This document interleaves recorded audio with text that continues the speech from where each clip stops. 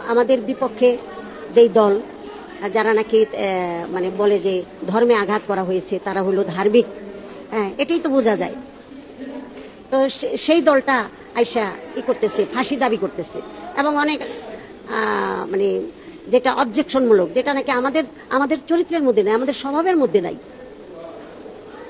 কারো ক্ষতি চাওয়া, একটা ব্যক্তির ক্ষতি চাওয়া, সেটাই আমাদের ধর্মে নাই। আর আল্লাহকে আমরা মানে এই বাজে কথা বলবো, আল্লাহ অসন্তুষ্টি, এটা না, এটা তো প্রশ্নই আসে না আমাদের দ্বারা। মহারাজ আবুল সরকার, ওনাকে গ্রেপ্তার করা হয়েছে, জেল হাজতে আছে। তো সে বাউল শিল্পী হিসেবে বিশেষ করে পালাগানে দুই পক্ষ হইলে যেই তর্ক বিতর্ক, কথা কাটাকাটি এভাবেই করা লাগে। তো সেই পালার পরিপ্রেক্ষিতে এখানে অনেক কথা হয়ে যায়। 7-8 ঘন্টা আমরা গান করে থাকি। 7-8 ঘন্টা যখন কথা বলা লাগে, গান করা লাগে, এখানে একটা কথার পৃষ্ঠে আরেকটা কথার জবাব দিতে গেলে যেই প্রসঙ্গগুলি চলে আসে সেগুলি বলা লাগে। আর যারা আমাদের অডিয়েন্স, যারা পালা গান শোনে, যারা দরবারিমুখী মানুষ, যারা পীর মুর্শিদ অলিয়া উলিয়া, আধ্যাত্মিকতা, দর্শন, দেহতত্ত্ব নিয়ে রিসার্চ, যারা নাকি এই বিষয়গুলি পরম সত্তার সাথে যে একাত্ম ঘোষণা করে, সেখানে আর মানে সবচেয়ে বড় কথা হইল ভয়কে কাকে পায়। যখন বন্ধু হয়ে যায়, বন্ধু কখন বন্ধুকে ভয় পায় না। আর বন্ধুর কাছে আরেক বন্ধুর কোনো ভয় পাওয়ার কোনো সম্পর্ক থাকে না। কখনো কখনো মান অভিমান, রাগ অনুরাগ, একটা কথা চলেই আসতে পারে, কিন্তু সত্যিকার অর্থে আমার মালিক, আমার আল্লাহ সবসময় উপস্থিত। এক মুহূর্তের জন্য আমি তাকে হারাই না। এটাই আমার কাছে সবচেয়ে বড় একটা বিষয়। মালিককে আমি উপস্থিত পাই।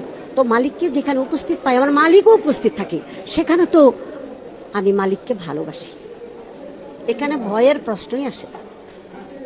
আর ভয় তো তারাই পায় যারা অহরহর মালিকের সাথে শিরকি করে, বেদাতি করে, আমার করে, আমার বাড়ি, আমার গাড়ি, আমার এটা, আমার সেটা, যারা আমার করে, তো তারাই তো ভয় পায়। আমি ভয় পাবো কেন? আমি তো তার হয়ে গেছি। এটা হলো বাউলের কথা, আমি তার, এখানে আমার বলতে কোনো কিছু নাই। তো যাই হোক, এই অবস্থার পরিপ্রেক্ষিতে একজন জ্ঞানী বাউল, যাকে বাংলাদেশের জন্য খুবই প্রয়োজন, আমি বাংলাদেশের কথাই বলি, কারণ বাঙালি সংস্কৃতি, কৃষ্টি কালচার, এটার সাথে আমার বাঙালি জড়ানো। মানে এমন আছে, এই বাউল গান, এই বিচার গান, আধ্যাত্মিক গান না শুনলে অনেকে কোনো কিছুতেই শান্তি পায় না। তাহলে শান্তিটা শুধু ধন দৌলত টাকা পয়সায় হয় না।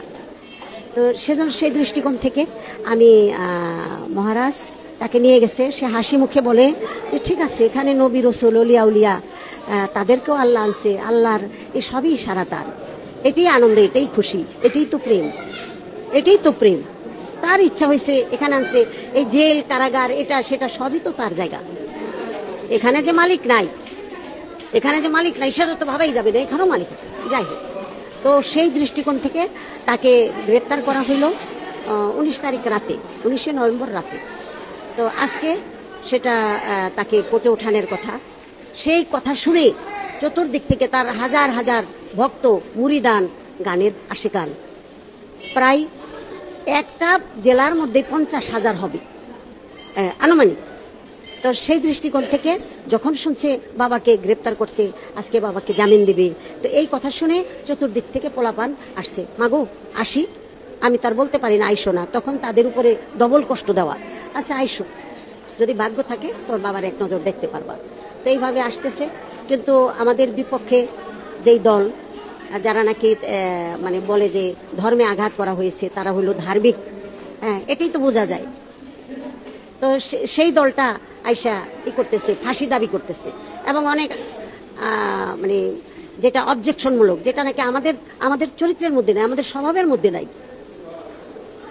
কারো ক্ষতি চাওয়া, একটা ব্যক্তির ক্ষতি চাওয়া, সেটাই আমাদের ধর্মে নাই। আর আল্লাহকে আমরা মানে এই বাজে কথা বলবো, আল্লাহ অসন্তুষ্টি, এটা না, এটা তো প্রশ্নই আসে না আমাদের দ্বারা। তারা যখন আসতেছে, তাদের তো বাবরি চুল, অনেকেরই গলার মধ্যে একটা গামছা, সাদা একটা কাপড়, ওই অবস্থা দেখেই বোঝা গেছে যে ওরা বাউল, বয়াতির দল, বয়াতির শিষ্য।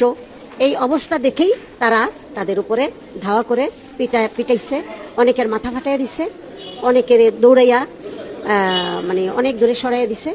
পরে আমাকে ফোন দিয়া বললো যে মা এই অবস্থা, অনেকের মাথা ফাটাই দিছে, এখনও রক্ত ঝরতেছে। আমি বললাম যে হাসপাতালে ভর্তি করো, আমি আসতেছি। থাক বাবা, মায়ের খাও। আমি তো স্টেজেই বলি, আসলে তো আমরা হলাম মায়ের খাইতে জানি, কিন্তু কাউরে মায়ের দিতে জানি না। আমাদের হাত কখনো কাউকে মারার জন্য হয়নি।